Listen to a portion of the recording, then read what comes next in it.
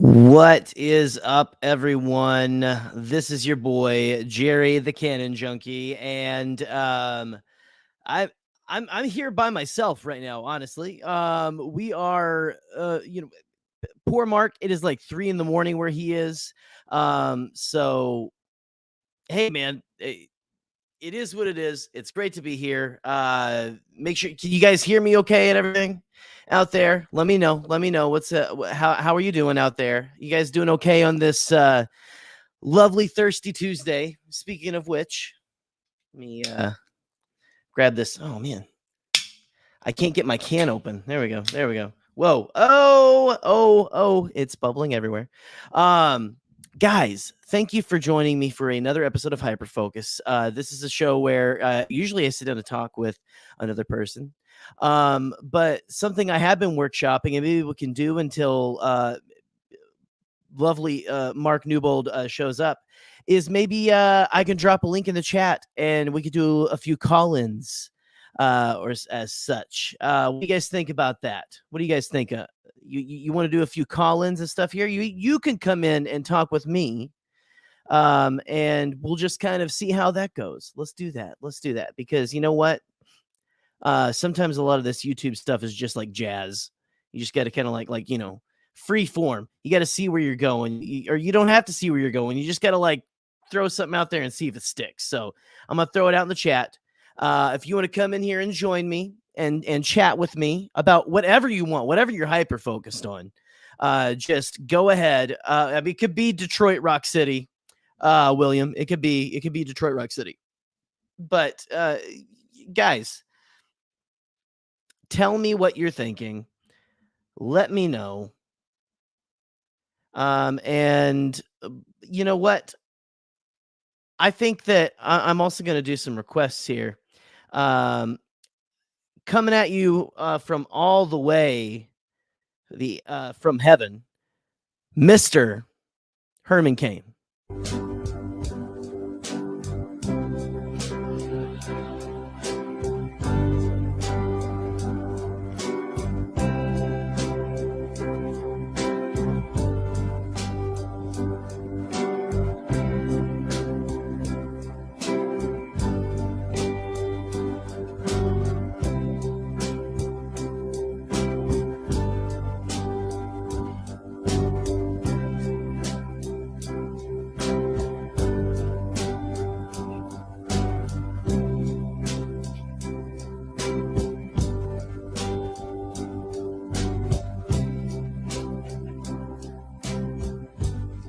Imagine there's no pizza. I couldn't if I tried. Eating only tacos or Kentucky Fried. Imagine only burgers is frightening and sad. What is up, Boop? Gets me every single time. Boop. There you are. What? 5? What? Oh, what is going on? What's going on, Boop? Not much. I think I told you earlier, I've fallen down a rabbit hole of just looking up pictures of booty shorts with slogans on the butt. Right. Those, honestly, that's some of the best content I think that I've seen all day, which I haven't seen much. Like I've been kind of, I had my kiddo today and all of that. So it was a little, yeah. The Obi-Wan shorts that you put out there, slayed me. If I may. They slayed me when I originally saw them. I saw them in a piece of The Witcher fan art where someone had drawn Jaskier wearing them. And I was like, I need to know if these are real. And yes, they are. Someone hand embroidered those shorts and then posted the picture online, which I am so glad that they did. That is... As they should. Oof. As they should. Beautiful things. Go check it out if you want. Like, Boop has been posting a lot of great booty short content out there, which sounds very strange and everything. I've also been texting them to you. Slogans like booty shorts with slogans on the butt. There are some gems out there right now. Let's just leave it at that. Maybe, I guess. Yes. Dude, they should make like pink shorts guy shorts, because it's those style shorts for sure. They should like have it on there in like what is it, faster, more intense or something on there or something. I don't know. What's a big? I would buy those in a heartbeat. Don't you get me started. Right. Okay. Hey, I'm just putting it out there for whoever wants to pick this up. You if you want to make the faster, more intense booty shorts, be my guest, because we don't have the capabilities for the Bombadcast T Public. No. By the way, check out our T Public. Lots of wonderful designs that quite possibly haven't been taken down yet. I haven't checked it in a while, honestly. So we'll find out. We'll I haven't seen anything taken down. Lucasfilm and Disney are a little, like, with their intellectual property, they're a little precious sometimes. Precious. Not that I was like hawking things like I wasn't like doing knockoff stuff, but I don't know. Like I did have an image of Sebulba that I used on a T-shirt, and I think that one got taken down. I think I own the only copy of that shirt, actually. So I have some Bombadcast originals that I think will never, like, for one thing, nobody wanted, but now it's like a hot commodity item. People are gonna be like, "Where'd you get that shirt?" And I'm gonna be like, "Oh, you can't get it anymore because Disney, hates everybody." So it's fine. It is what it is. Keep them in a trunk under your bed. Yeah. That's probably where they belong, most of them, honestly. So is it just the booty shorts that you've been into tonight, or is it anything else? What's going on? I have been exploring more of like ADHD talk, and finding out that apparently things that I thought were personality quirks are actually ADHD, which isn't, a brand new thing. I'm sure that many before us have discovered such things. Like I found out that pacing in a room back and forth is something that I do constantly. A lot of the times with headphones in. Turns out that that's a form of stimming, which I didn't know. I thought it was just something. I thought it was just a repeated behavior thing. I thought it was just you, and now it's just like, no, it's a little bit of everything. Yeah, just wearing holes in the carpet when I'm stressed. Honestly, I feel that very hard. Like I've been like, there's so much of what I did think was my personality that after I got to a certain point of like researching and researching, watching like TikToks on ADHD and stuff like that, you come to a point where you're like, oh, ADHD just is my personality. That's just my brain. Okay. This is cool. Yeah. Fine. Okay. Whatever. It doesn't matter. It doesn't matter anymore. Nothing matters doesn't matter anymore. We're just quirky. Have we explored that, Jerry? Maybe we're just not trying hard enough. Thought about that? Maybe we're not. I'm not sure. It's possible. It's, it is what it is. But yeah, I don't like. I haven't fallen into too many holes about my ADHD, like rabbit holes. I should probably put the rabbit in front of the hole. Haven't fallen into too many like that. Yeah, there's giant. Yeah, our infrastructure needs work, so there's gaping holes everywhere. Yes. But thankfully they passed the infrastructure bill and things like that. Like just go ahead. But I haven't fallen down an ADHD hole in a while, which is what I think that's what they called me in high school, was ADHD hole. So. we have 80 of them, so Yeah, that's a TikTok I saved recently. Is like, I don't know what ADHD is, but I got 80. I don't know what HD is, but I got 80 of them bitches. Yeah, I saw that one for sure. Yes. So good.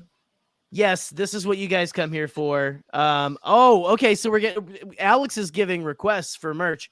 I don't know if we have a Rick McCallum shirt. We have a shirt that is me and George Lucas And it looks Ooh. like it's from when I went to see Scotty, and it's I look like I ate George Lucas, honestly, on the shirt. I feel like, but Scotty, it's one of Scotty's favorites. But I don't think we have a Rick shirt. We need to get a Rick shirt. No. We do. I didn't mean to yell. We have one with it's like the picture of it's a picture of it looks like a picture from Rick McCallum and Hayden Christensen's honeymoon, but it's them on the balcony of Naboo, essentially, while they're shooting Attack of the Clones, and it looks like one of those like that you would like back in the day iron on your T-shirt and things of that nature, like one of those days. Like I had a picture like.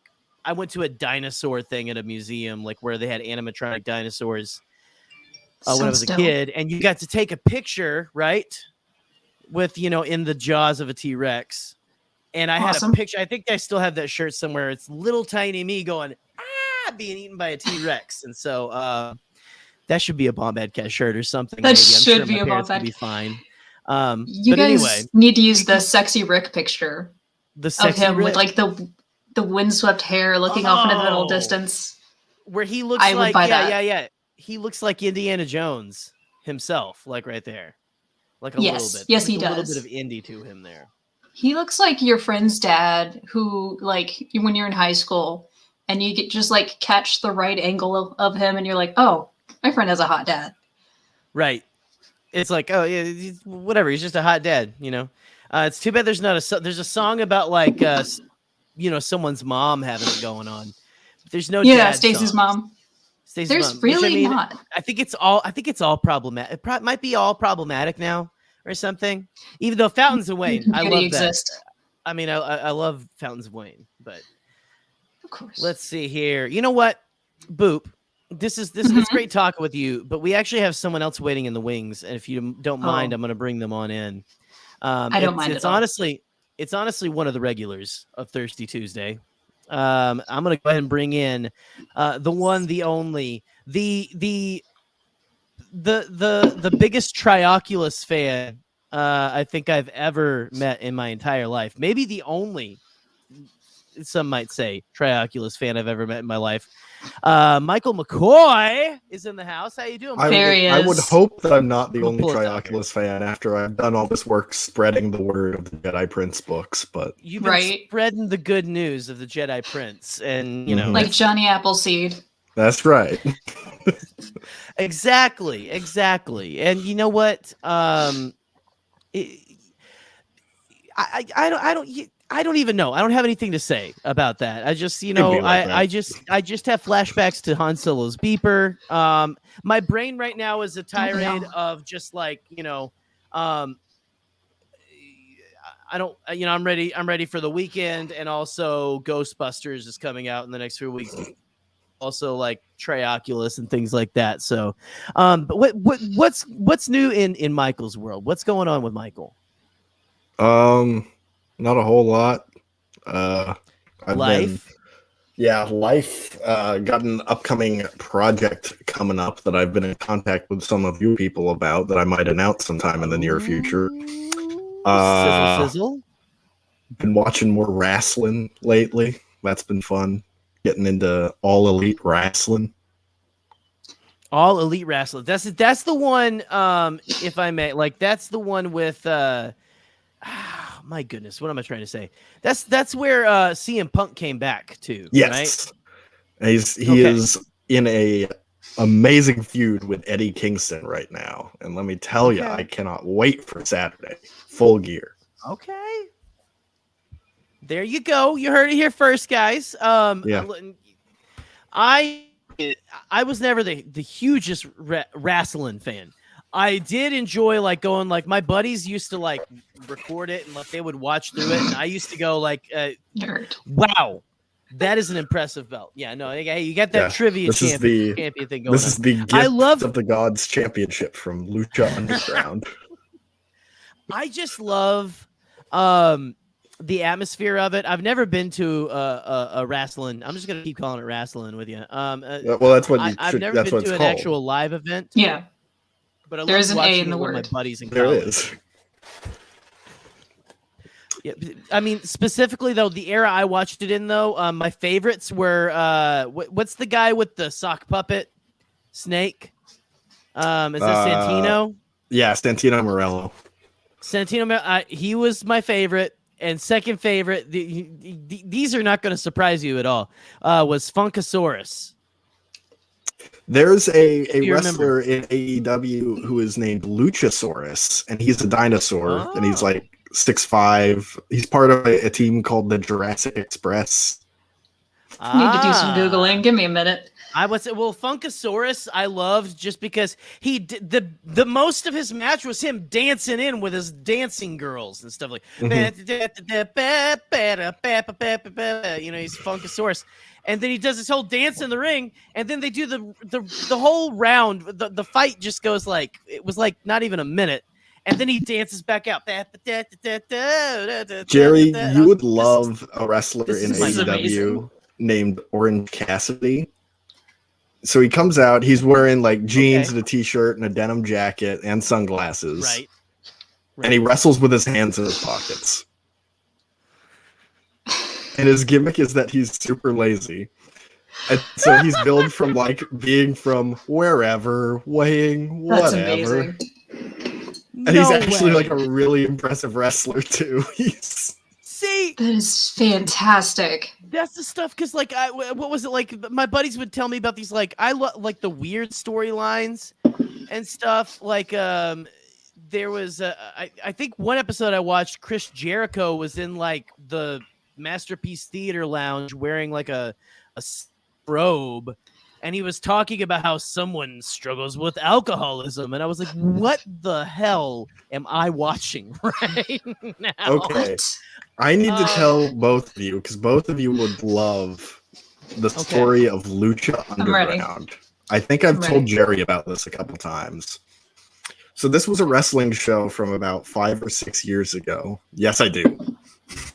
Yes. And Nick, you are a hot dad. Let's just clear that up. To be the hot dad. Yep. It's you knew right where I was going. Look at that. Yeah, we know you're a hot dad, all right? Everybody in this room is a hot dad, all right? So Hell yeah. Lucha Underground, the plot was the owner of this wrestling company was trying to resurrect the ancient Aztec gods and bring about the end of the world. I'm in. Sorry. I'm already in. Quit selling. I'm already there. Continue. Sorry, continue. Okay.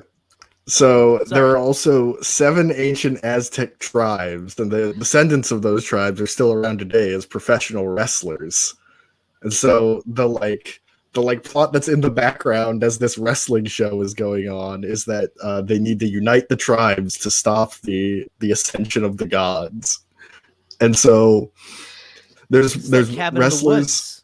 That's exactly what I was about to say. There are wrestlers who are just straight up Aztec gods in human form. My favorite plotline in the entire show is there was a magic gauntlet that had the spirit of a god inside of it. So if you wore it, you would be super strong and have the power of a god, but it would slowly try and possess you. And so people kept like stealing the gauntlet from one another to get its power. I love this so much. It was a beautiful show. It's a shame it got canceled. Is it available somewhere to stream? Yes. You can watch it on Tubi for free. Thank God. Okay. There you go. Hey, you guys are again. We're getting all the scoops tonight. We're all the Lucha Underground. All of it is coming out tonight. So that is fantastic. Honestly, like that sounds like it is unironically one of my favorite. Right up my alley. It sounds amazing. Yeah.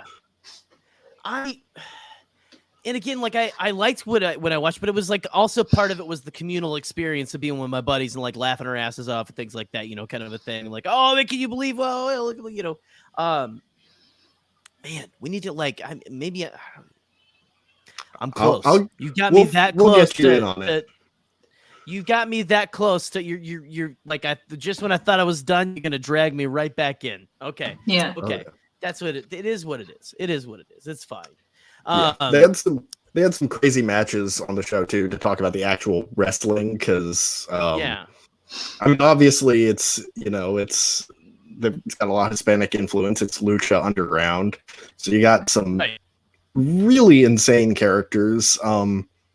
The fan favorite character was a man named Pentagon Jr., whose gimmick was that he was a huge asshole who ran around breaking people's arms. Like the Pentagon, yeah. Yeah. And he did it as he declared them as sacrifices to his master. And then Okay. eventually he just starts doing it just because he's an asshole, and the fans loved it. Like, they would cheer, like, after his matches, they'd chant, break his arm, break his arm. It was great.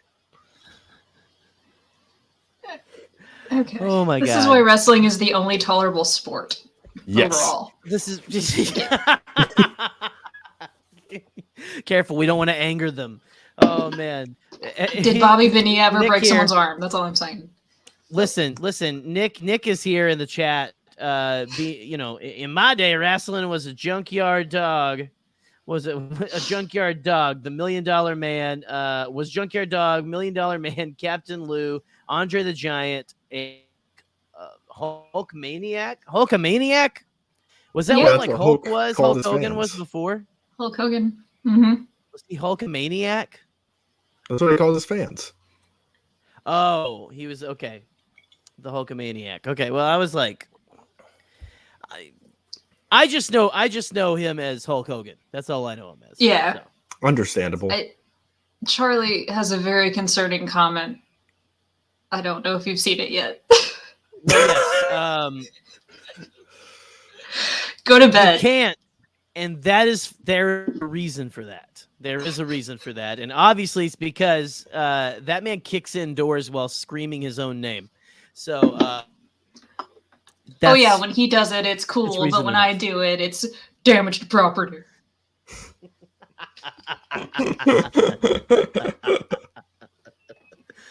yeah, okay, so he can do it. Fine, Yeah. okay. Just because I'm not Ochi Bastoon, I can't just go around like throat punching people saying I'm Ochi Bastoon. Do you think he said Google that when he here. killed Ray's parents? He went, I'm Ochi Bastoon, stab. That is my canon. I mean, he might. Like right after, might he's have. like, or he leans in close and he whispers, "I'm Ochi of Bastoon," which I don't know if that's funny or creepy. I don't know which one that is. It's a little of both, but he's got the Just weird like creepy. OG. He's got Just- the creepy button yeah. or Coraline eyes. So it is what it is. Those are creepy. Where's Connor? Speaking of Coraline. Connor. I mean, he'll Speaking probably of stabbing people. Honestly, Connor will probably show up here in about 20 minutes or so. He Probably. doesn't It's need- about that he time. doesn't need to Wayfinder to find.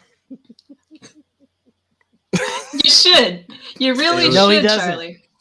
You No, should he doesn't. go back to Twitter and tweet it more about Doctor Who so that we can talk about it. Yeah.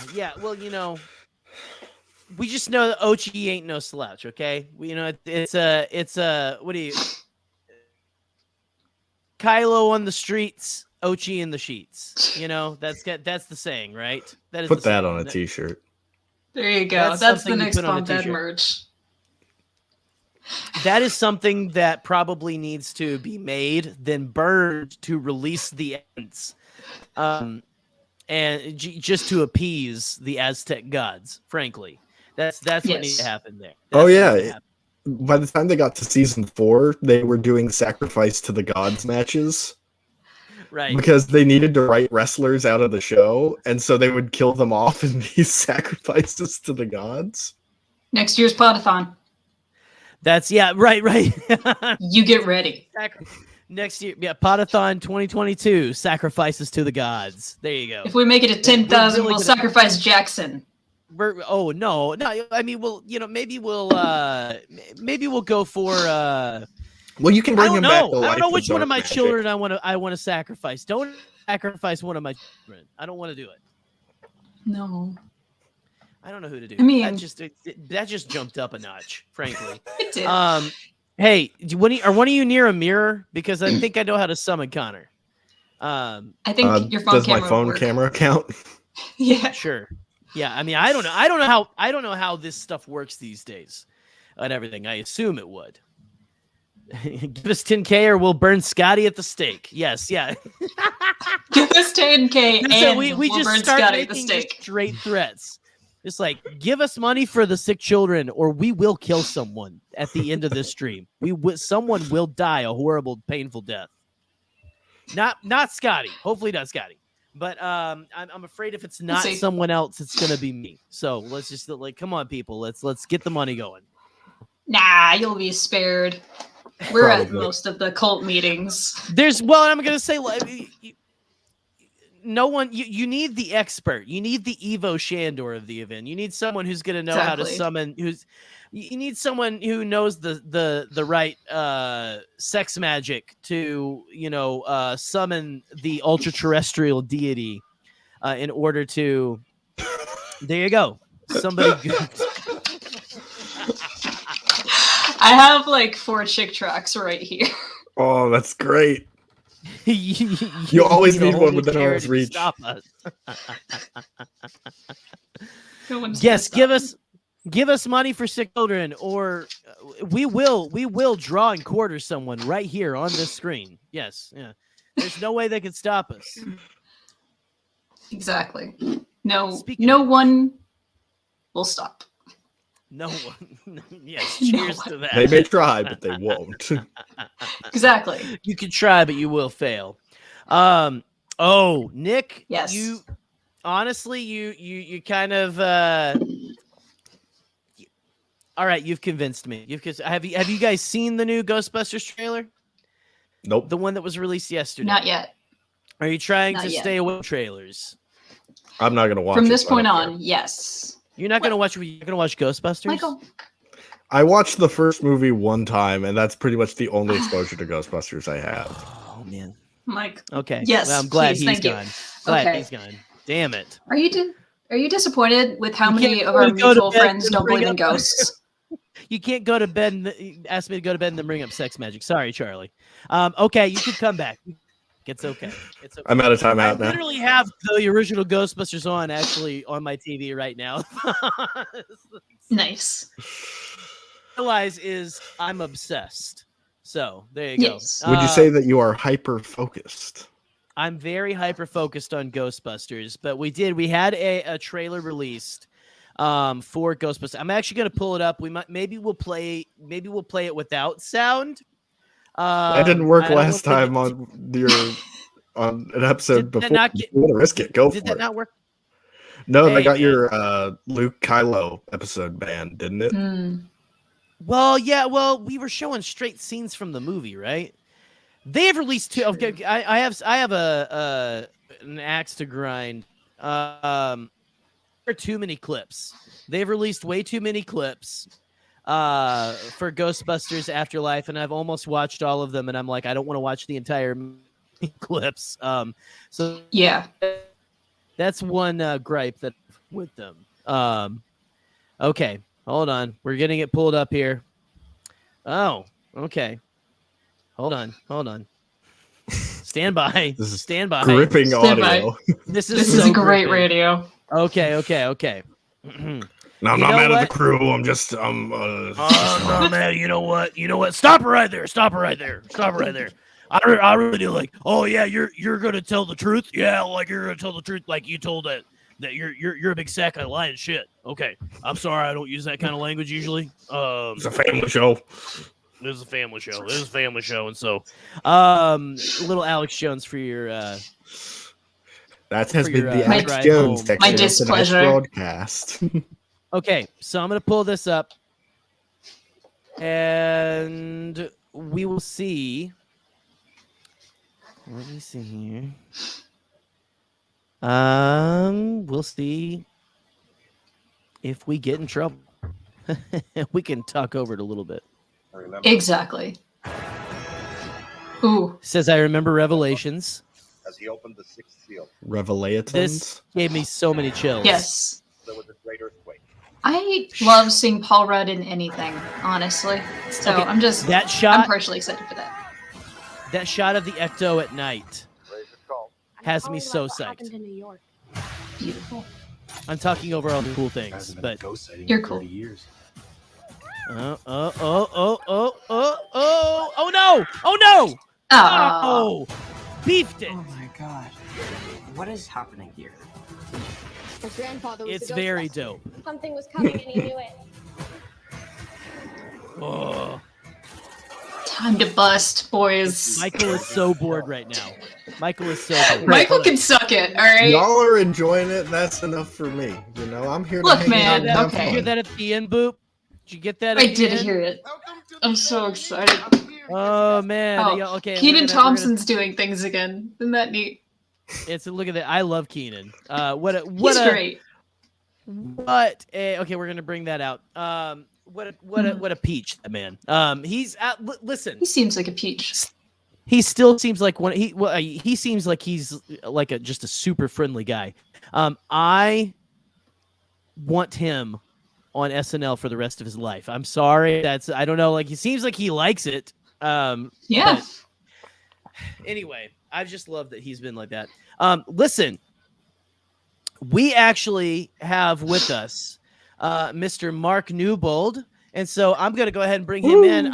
Listen, guys, why don't you, I'm going to put you in the green room there. You can stay there. You can listen to stuff. So I'm going to bring Mark on and I'll talk to you later. Thanks for stopping by. See you later. Mark, how you doing, man? I'm very well. Can you hear me? Yes, sir. Can hear you fine. Great to see you, man. Well, I would have been with you much earlier if I knew the difference between UK time and American time. So I'm an idiot. So blame me completely. That's all right. Listen. We got some wires crossed. I think I'll take some of that blame too because it was all me. It was all a thing. But hey, I'm happy. Me. I'm happy you're here with us now. Let's talk for a little bit here then. Like, how are you doing this early in the AM there? I'm very well. It's 3:20 here. I'd got it in my head that there was a 6-hour gap, but of course it's only a 5-hour gap, isn't it? So yes, it is, Charlie. It is well past my bedtime. Don't I look like it's past my bedtime? I'm very past well. his as well. I'm good. Yeah, busy. Life is busy. Christmas is coming, but isn't it always? It's constantly. Christmas is constantly on the way, and yet sometimes I feel like it's. I think I said. In fact, I said a week ago. I said like, "Oh man, I'm slow as Christmas," and then I was like, "Well, actually, that might not be a good thing to say right now because Christmas is going to be here before you know it." So. Oh no, kidding! No kidding! I'm slow as next Christmas. Absolutely, yeah. I haven't figured out last Christmas yet, so I've got no chance for this one. Well, we were actually. Go ahead there, Mark. No, carry on. Well, I was gonna say we actually just watched the new. I don't know if you are a Ghostbusters fan, sir. Yeah. But we just watched. I don't know if you saw the trailer the final trailer that dropped yesterday. Do you have any thoughts on that? Again, just because we just kind of gave it a little bit of a watch here on the stream. So, do you have any thoughts on what we saw yesterday in that new trailer? I do. I mean, well, there's something beautifully evocative about everything they've done so far. I'll tell you one thing. I've got a friend of mine who occasionally works for a major wrestling organization, and they happen to be in the crown jewel of that place in the Middle East. You're never allowed to say on television. And when they were about to fly out, they had the chance to see the film. The hotel they were staying in had a great big sort of auditorium area, and they just said, "Do you want to come and see something before we all fly back?" And my friend and the crowd and the wrestlers and the team and all that, yeah, we'd love to.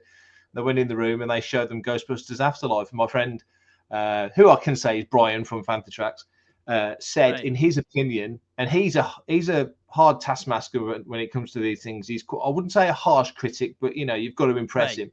He said it was the best sequel he's seen for decades, was the way he put it.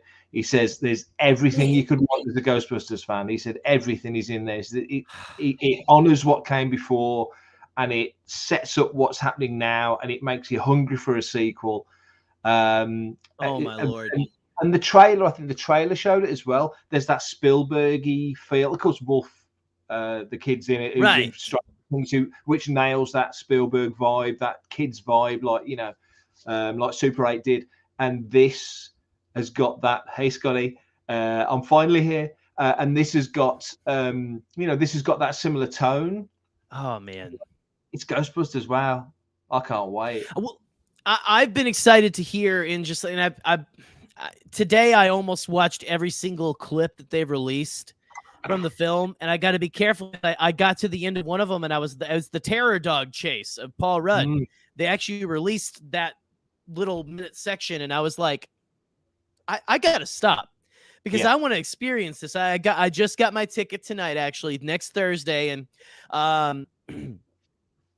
speaking of which, actually, we're going to be talking the original Ghostbusters films this Thursday on Bombadcast. And then next Thursday, we're going to be giving our initial reaction to Ghostbusters Afterlife. So hopefully it'll be a little better than our Eternals reaction, because me and Scotty were mixed right down the middle. Scotty didn't really care for it. I loved it, but it is what it is.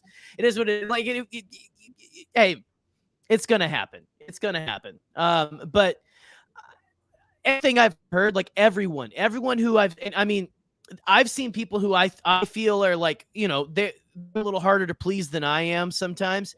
And they're like, it is nostalgia done right. I've heard it is just all these things. I have been a Ghostbusters fan. I mean, I was born in 87, so it was like right after, but I mean, I was right in that prime time. I remember watching the real Ghostbusters growing up. I would never miss a Saturday. I had to catch it.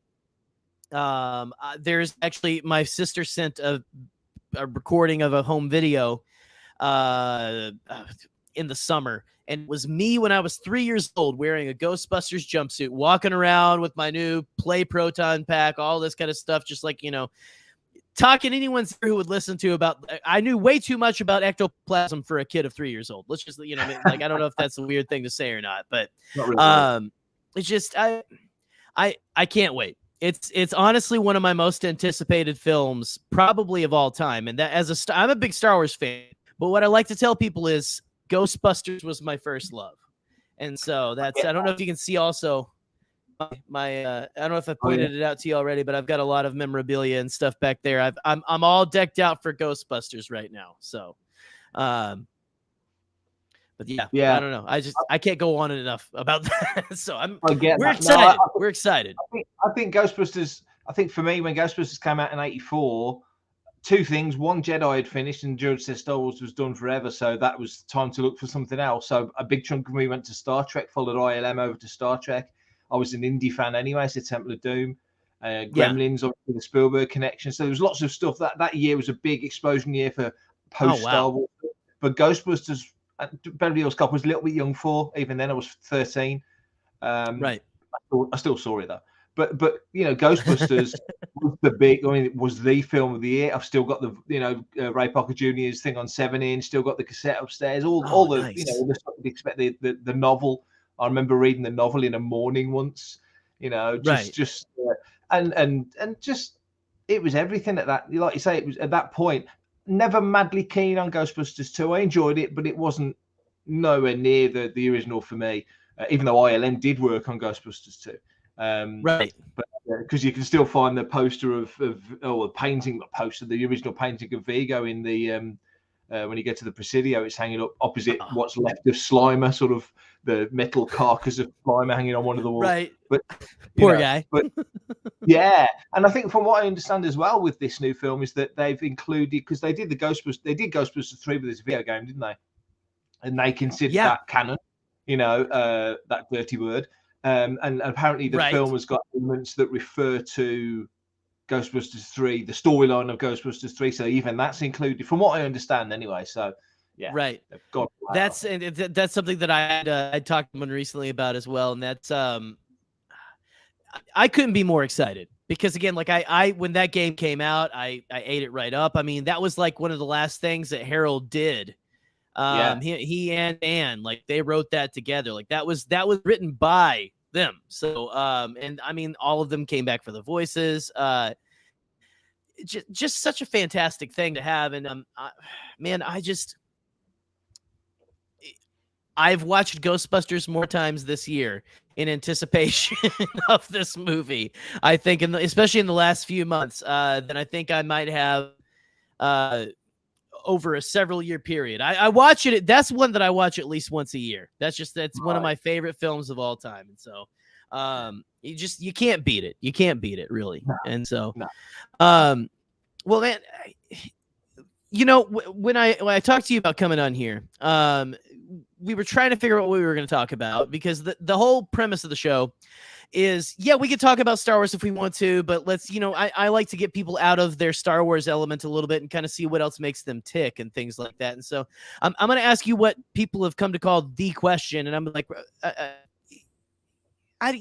here it goes. We kind of talked a little bit about a subject you might like to talk about, but let's see where your mind is right now at 3 a.m. So here we go. Mark, what have you been hyper focused on recently? Well, firstly, and this is kind of an answer in a weird way to your question, I'm rarely hyper focused on only one thing. I love Hitchhikers. That would be a good one. That would be a very good one. Big Hitchhikers. Probably would be pretty good. It would. Hence my Twitter handle, Prefect, as in Ford. Right. But my favorite heavy metal band released a new album back in September. Iron Maiden released an album called Senjutsu. So I thought, well, I love Star. Of course, I love Star Wars, but I know a little bit about a lot. So I'm fairly conversant. And Star Wars is a big family, isn't it? And there's lots of elements to it. So I can pretty much chat with most people enough about something Star Wars related. But if you went into the nitty gritty, then I'm mid-level. But I know a little bit about a lot of stuff.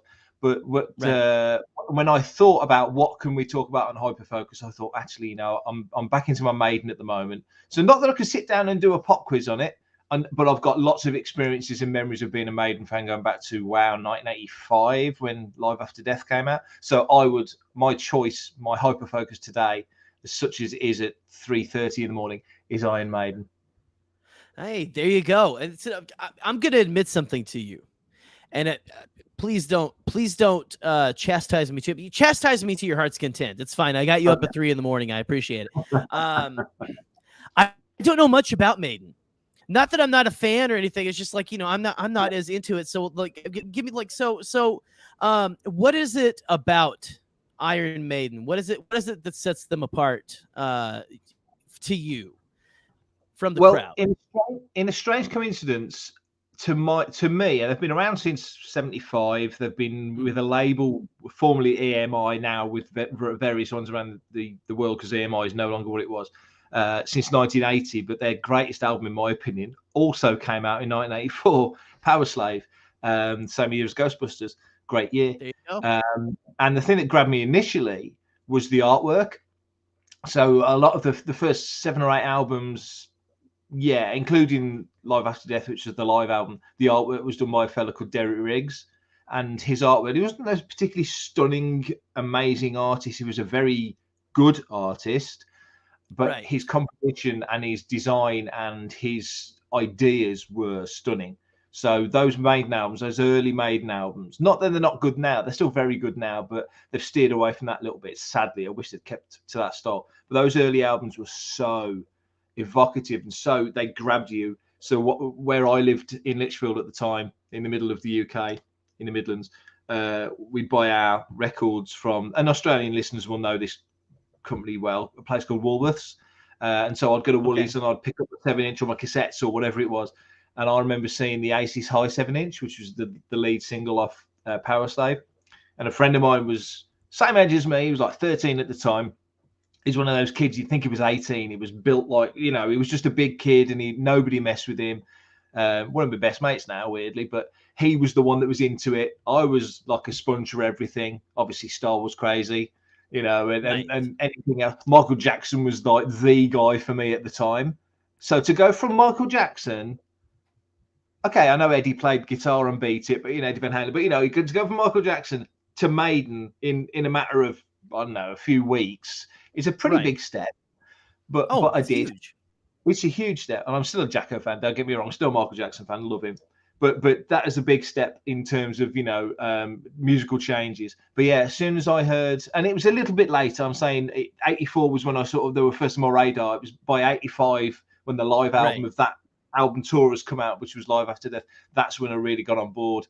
And yeah, it's the imagery, the storytelling, because every Maiden song's a story. They're not just I was walking down the street. There's none of that, or I love a girl. Right. None of that. There's always a point to a song. It's always a historical point to a song, and I just find them eternally and still consistently a fascinating band. That's incredible. Well, I mean, so I'm going to pull up Boop's comment here. I wasn't listening to Maiden because of the Number of the Beast. I still did, of course. Yeah. Now, that's what it brings to my mind, because or like, in a Christian background, things kind of like that, like, and my parents, my parents weren't ever the strict, like, oh, you can't do anything with magic, witchcraft, anything like that. I mean, they let me watch Ghostbusters at 3. I mean, like, come on. They were still pretty cool. But I knew kids, who, and I mean, like, you grow up in church, you see like people getting upset, like, oh, the kids wearing the Iron Maiden t-shirts and stuff, with the zombies and things like that. And so it's just kind of I find it interesting that that they were at the time, and now I think looking back on it, people probably look back on like, oh, that's not that bad and stuff like that, like, not that it's bad or anything like that. You know what I'm trying to say here. Yeah, but I think back in the day, that was one of those, they were pushing people's perspectives on things and everything. And oftentimes when people use that kind of imagery, it's just, for one thing, they think it's cool. And it's also just, you take the satanic panic out of all of it. And it's just, hey, we're just trying to make a splash. We're trying to, we're trying to push the envelope. We're trying to do something no one else is doing. We're trying to actually make a type of person maybe feel uncomfortable and things like that. I don't know if you think any of that is it. Or am I off base there? A little bit. I totally know what you're saying. I think with Maiden and Ozzy had the same. Ozzy Osbourne. Ozzy was. Ozzy's really from my part of town. He's from just a few miles down the road. But he did like to be evocative. But then he would go after hypocrites and such. Right. Judas Priest, another band from Bloxwich, which is about 6 miles away from where I live.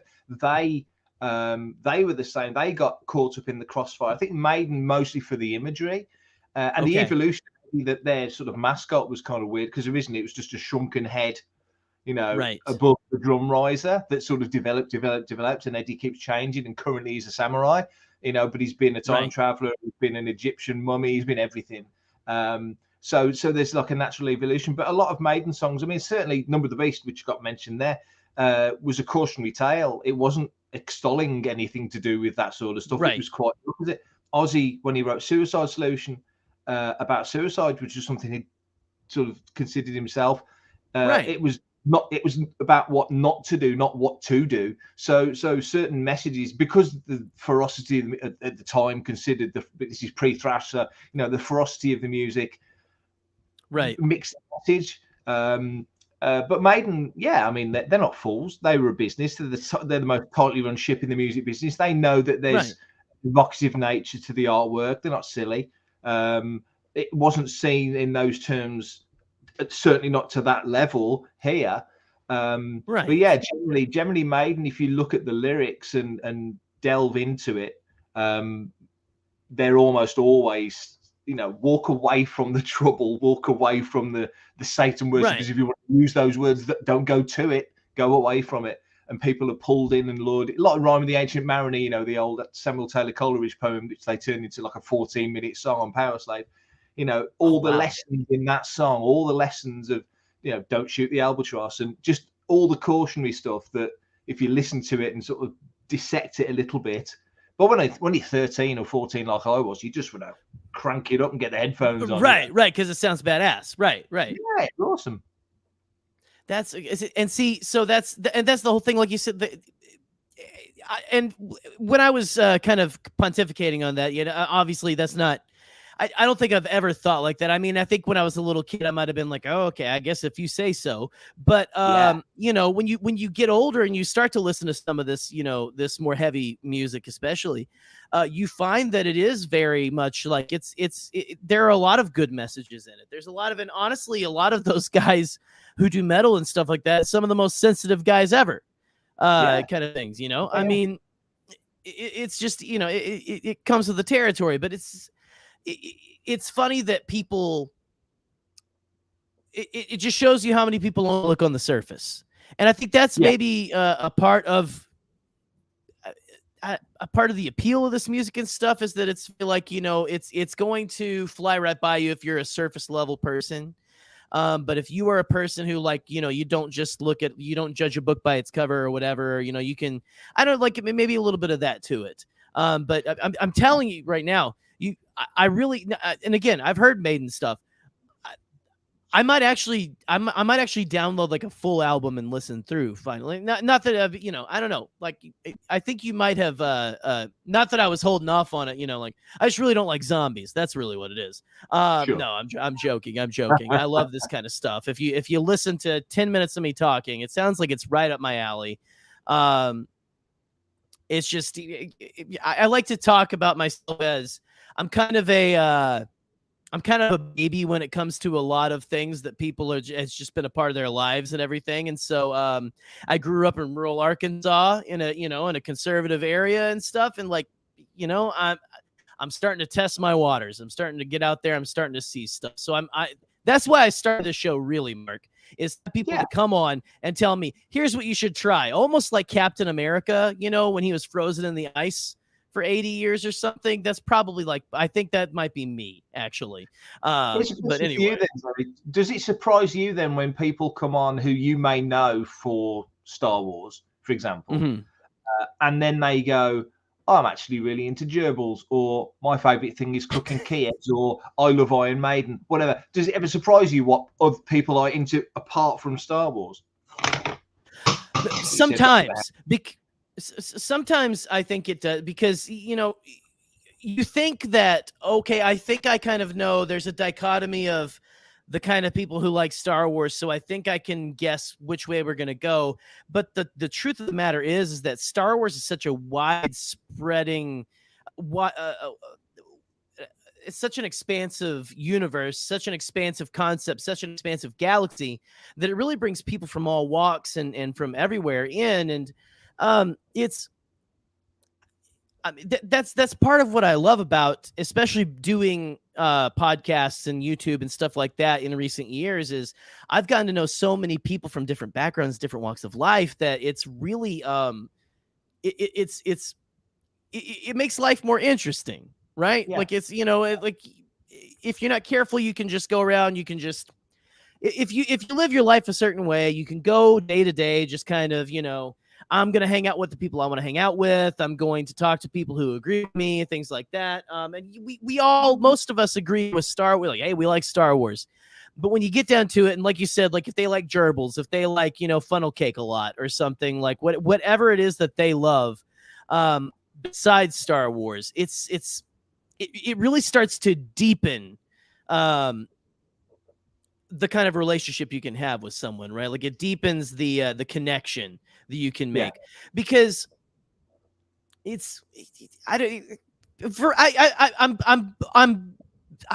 Mark, I'm this close to becoming a greeting card that says variety is the spice of life.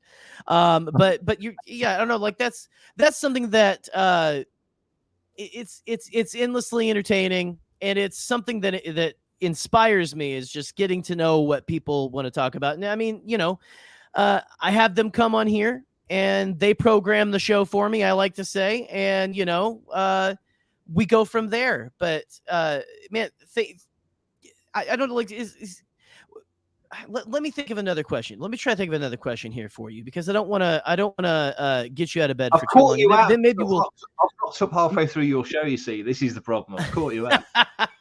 Well, let me before we bring people in here and everything. Would you say that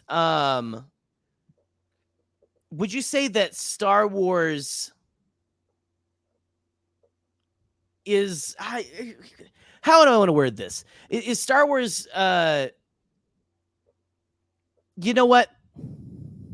I've got nothing. I'm sorry. I apologize. I tried to get it to this is, and those of you who watch the show, you know this is me. I try sometimes to push things out, and if they don't want to come out of the mouth, sometimes they still come out of the mouth. But anyway, Mark, if you're down for it, man, I want to bring Jerry the Hallmark Junkie. Yes, thank you, Boop. I was about to become a greeting card. Mark, let's go ahead. I have a couple people behind the scenes here that were on earlier, Boop and Michael. I'm going to bring them on, and I'm going to see if they have any questions for you. Is that okay? Yeah. All right. Well, hey, let's do a little bit of live chat.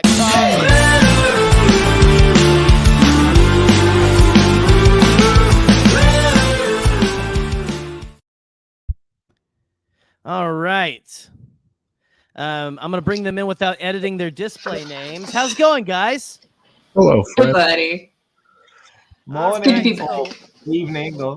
Good morning, all around. So, do you guys have anything you'd like to ask of the great Mark Newbold now that we have him in our presence? How do we convince Jerry to read more books? Is one of my questions. Like, come on, dude. I'll get the audiobook. I'll get the audio. I will give you the entire series. I swear, it'll change your life like it did mine. Is this about the Hitchhiker's Guide to the Galaxy? When did we talk about Hitchhiker's Guide to the Galaxy? We talked about this a while ago. I think I just shamed you for not reading it. But right. I brought it up in the chat earlier. Which is I know it's not the same. You guys can the movie. Yeah, I know. Okay. The movie is entertaining. A long time Martin ago, Freeman. I only watched it once. Great job. Watched it once. Okay. No. You need to read. You need to read the books. Yeah. All right. You have successfully shamed me. Shamed. I will do my best. Once you've read it, you'll realize there's some parables for life in that book, and you'll be grateful that you did it, and you won't feel any shame, more than the galactic shame we all feel. But you'll be fine. You'll be grateful. If the first sentence of the book doesn't bring you in, okay, I don't know what will. I mean, I remember the opening of the movie, the So Long and Thanks for All the Fish, cracked me up. I thought that was great. But listen, it's not an embarrassment thing or anything like that. It truly is just I just don't read right now. It's just where I am in my life because I'm illiterate. That's the thing. Really. No, I'm not. I'm really not. Listen, I'll have to get the audiobook. I'll do my best. Yes. I'll do my best. Michael, do the you one's have read any by questions? Martin Freeman. Yes, Martin Freeman. Gotcha. Not off the top of my head, but I will say, Jerry, don't feel peer pressured into doing anything. I haven't read it either. Whoa! Read it. Okay, so we're pretty balanced then on both sides of the screen here. Yeah. Okay, very good. Very Yeah, good. so you two can leave. Me and Mark will just talk about Hitchhiker's Guide for the rest of the podcast. Okay. Well, Wait, You missed. I missed the wrong button. Great, nailed it. I missed. That was almost cool.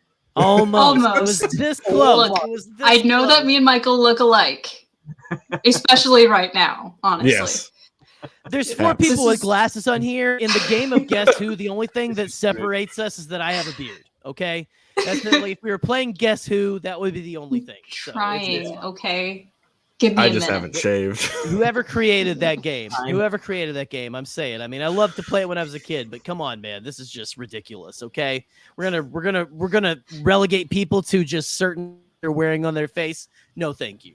Anyway, there's my take. I'll write an entire dissertation on how I feel about the game of Guess Who. But anyway, well, listen, Mark, I want to just thank you for coming on, and I mean, being a trooper at 3 a.m. and That's everything. a reference. Well done. Yeah, there you go. You're welcome. It was accidental, completely accidental. But hey, I'll take it.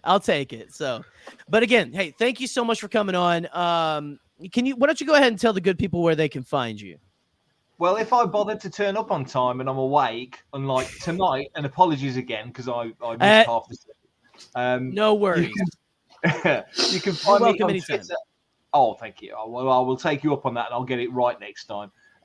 Same here. You can find me on Prefect, as in Hitchhiker's Ford Prefect, Prefect_timing on Twitter, but pretty much everywhere else at Fantha Tracks, where we will just talk Star Wars all day and throw podcasts out willy-nilly and go to random conventions and send pictures back from them and all sorts of stuff. So it's all good fun, hopefully. Fantastic. Awesome. That's the dream, frankly, is just throwing podcasts willy-nilly. And so that's what we do on Bombadcast as well. So it's fine, you know. I'm just trying to cover my back. I occasionally turn up for podcasts willy-nilly, so you know. I want you to just start showing. I'm just going to send you the link to all our shows. I just want you to randomly pop in sometimes. Okay? There you go. So, what you wish for. It's the Mark Corner. I'm fine with it. And Scotty will be delighted. So there you go. But listen, hey, Boop, why don't you go ahead, tell the good people where they can find you. You can find me at Boopenheim MEW on Twitter, as well as at NerdHerderCast. If I can find, there it is. You can find me asking weird questions most of the time. I'm very disappointed in most of you because you don't believe in ghosts, apparently. Just generally disappointed in life. We are ready to believe you on this channel. That's all I got to say. Listen, man, all I'm saying is that the truth is out there. You just need to pay attention. There's a ghost in your house. Just don't be afraid. Just talk to them. Just don't be afraid. Yeah, if you talk with them and are nice to them. Right here, it's night for me right here. You do realize that, don't you? Well, and you live in one of the most haunted countries. I know. I will say, I don't know if this is true or not. I think there might have been a ghost in the last house I lived in. Okay, because I would get up in the morning, and this happened several times in 1 year. Okay. My coffee maker would come on right as I walked into the room. It didn't have a timer set. Ooh. At least I didn't set the timer. And, like my ex at the time was like, maybe it's got a timer that comes on. I'm like, but it doesn't go off every day. It just goes off some days where I wake up and I would walk around the corner and it would just like, as I walked around the corner, the light would come on the screen and it would start to heat up. And it was a very helpful That's a nice ghost. It has not done it since I've moved. That same coffee maker has not done that at all. It was a hand-me-down from my ex's parents. So I think there was a very friendly ghost who was like, I was getting up early in the morning, like you do for work and stuff, like Mark and stuff. I was get up early in the morning. And so I guess it was just like, look here, have a cup of Joe, man. You need the help. But like, I don't even know if you can touch the buttons at this point with, so I got it. No worries. I coming at you from the netherworld, caffeine. So, caffeine. Yeah, right. So, hey, just the name of my memoir. Maybe you have a helpful ghost. Okay, just be nice and play nice. Just play nice. That's all we ask for. Michael, where can the good people find you, sir? The good people can find me on Twitter, tweeting gifs of Lucha Underground at Local First Order. Yes, one does. Should I go ahead and just announce the project that's coming up on the YouTube page? Go for it, buddy. Well. I've got a role-playing game series coming up soon that I've been talking to several people about. So more details to come on that. Follow my Twitter and you might see them soon. Sizzle, sizzle. Thank you very much, sir. Indeed. All right. And then, of course, you can find me here on the Bombadcast channel with these lovely people on Tuesdays. Scotty has Bombad Gaming coming up tomorrow. I believe he's playing Frank the Chicken, George the Chicken. He's playing some random game. He's called No One Knows November is the theme. And so he's playing a random game every Wednesday. Just completely out of left field. It's very Bombad. So check out Scotty tomorrow. Check him out yesterday. Check him out tomorrow. Night.